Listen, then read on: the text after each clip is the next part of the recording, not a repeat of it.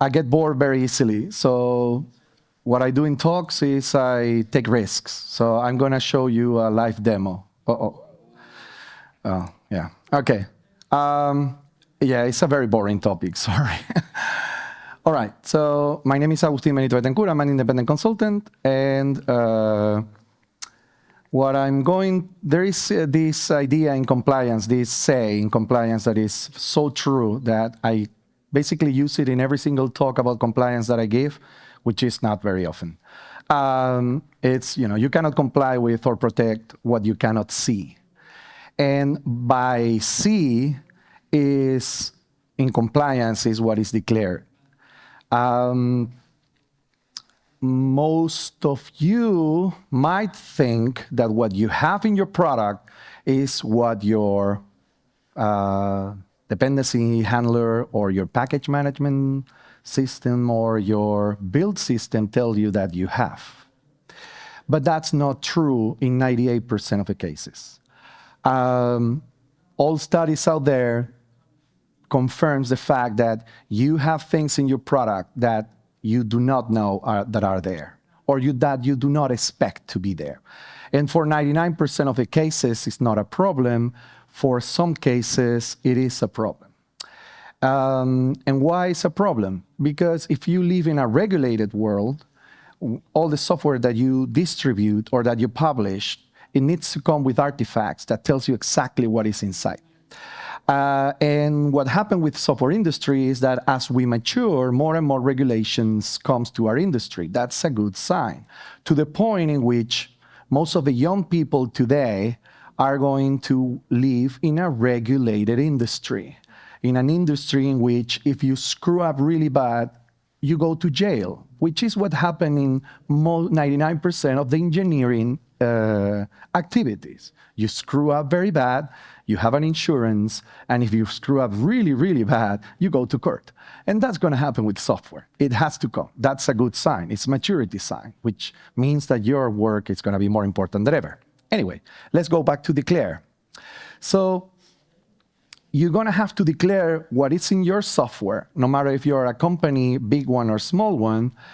And you do that in an artifact called SBOMs, Software Bill of Materials, that in regulated industries, it's a pile of documents with a list of software components. But we are moving into, as supply chains get more complex and more industry gets into regulations, we are getting into machine-readable SBOMs. So it comes to this question at the very end. How can I create SBOMs that are complete and accurate, which basically means that I fully know what is in the product that I'm publishing or distributing? All right. So in essence, there are 4 things you need to do. And most of the people I talk to, they don't do these things. Or if they work in big corporations, some kind of tool do this for them, and some weird department with compliance engineers and lawyers do that for them. But believe me, if I tell you, I come from the last few years from the automotive industry, this is being pushed left. You always thought that this idea of push things left was really cool. Well, it is. But that means that other things that you don't like, software engineers, are also being pushed left. And one of them is everything related, a lot of activities related with compliance. Being pushed left means that you're going to have to deal with them. There is this concept of detection. So if our package management system, if our dependency handlers, if our build tools do not tell you exactly what I have, they only tell us at 90, 95, 98%, it means that I'm going to have to use tools to detect the software. And there are commercial tools out there that cost a lot of money that in most cases do a only fairly good job at this. In very rare cases, an outstanding job at this. This is especially challenging when we're talking about open source software, because you are getting open source software even without knowing. Or you are getting snippets now that LM-generated code is out there and AI code assistance without you knowing it, right? Then what you do basically is curate the software. Somebody has to curate the software. Nowadays, that's a mostly manual thing.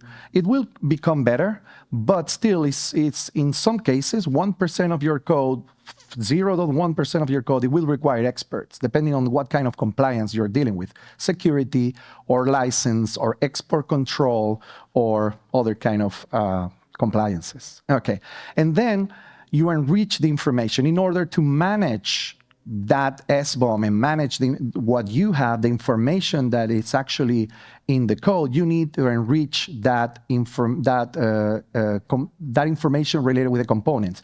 You need the authors.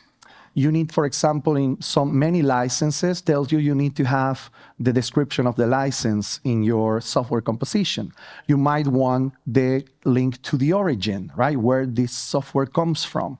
You might want to have the author's name and emails, right, because there might be some issue 10 years later and you need to get in contact with the company or the developer. I mean, there is a lot of information you need to add. And finally, in order to create a machine-readable SBOM, what you use is a format that is an ISO standard. There are two of them, CycloneDX and XPDX. And then you structure the information in your SBOM based on a schema, hopefully one that is linked to your industry. I always put the example of the telco industry because it has been the first one that does this, create some guidelines and a particular schema for this in the open.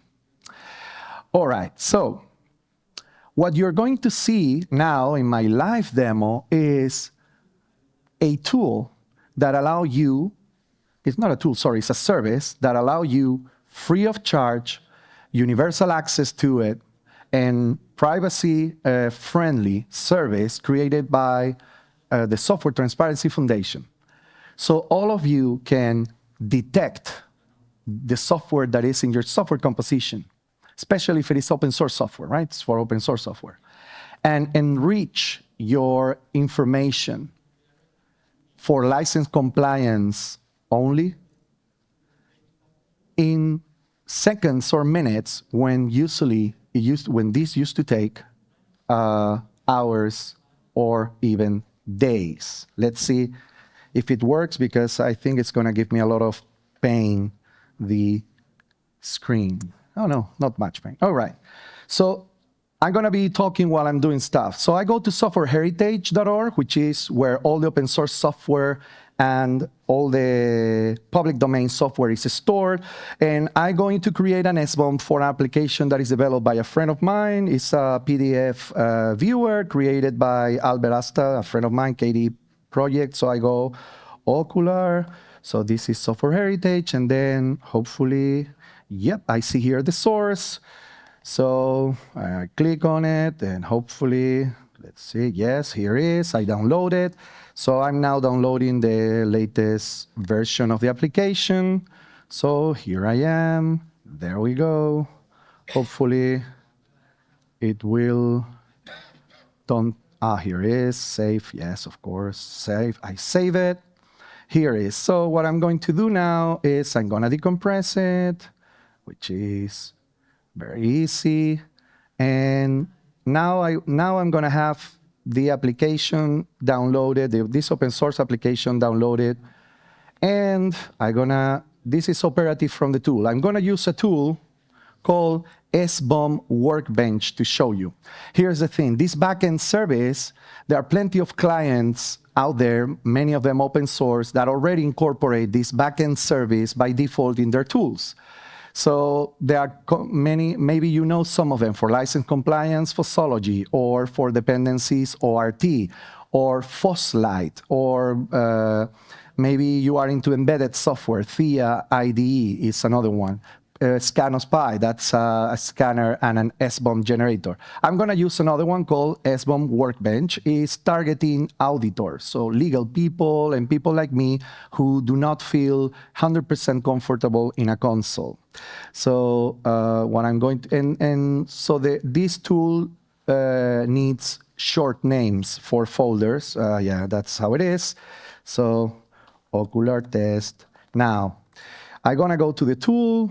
And here is the tool, and I'm going to tell the tool, okay, I have a new project that I want you to scan. In this case, is this Ocular application, which has around 650 files.